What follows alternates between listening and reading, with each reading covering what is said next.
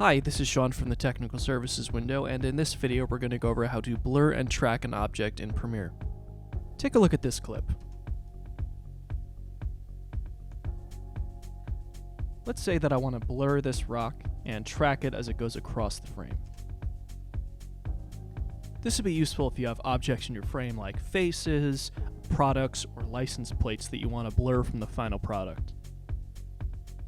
The first thing we should do is go to the earliest frame we see the object. If the clip cuts into it, just start at the first frame of the clip. If it pans in like this, let's just start at an early frame where we can get the whole object. I'm going to add the Gaussian blur effect to the clip, and now we can see that show up in our effect controls. There are three ways you can make a mask of an object. You have the Ellipse mask tool, the 4-point mask tool, and the free draw tool. If you have an irregular shaped object, you can just draw around it. For this, we're going to use the ellipse mask.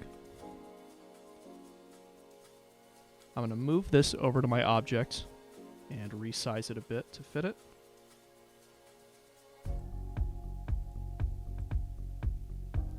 That should be good. Let me add some blur and add a bit of a feather to my mask. Now what I want to do is turn on the mask path animation. You can select it one frame ahead, or we can track the mask forward. Premiere will automatically track your object if it's clear enough in the image.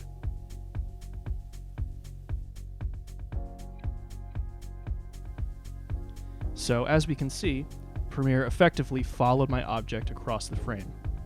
However, since we didn't cut in on the object, it pans out of our mask in the beginning. To fix this, let's start right before our object enters. We'll select mask so we can move it, and we'll keyframe it right at the start when the object comes in. Now if we play back, we can see the mask follows the object all the way across the frame, including in the beginning.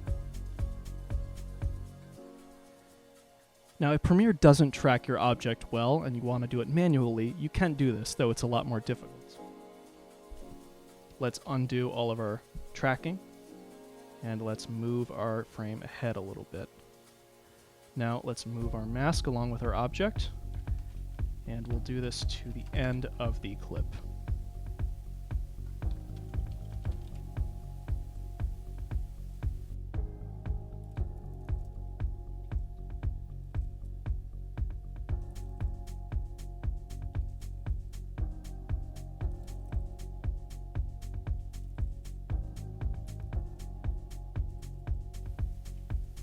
Now if we go back, we can see we've manually tracked the object.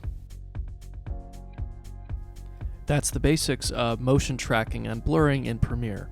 Thank you for watching, and be sure to subscribe to the TSW YouTube channel for more.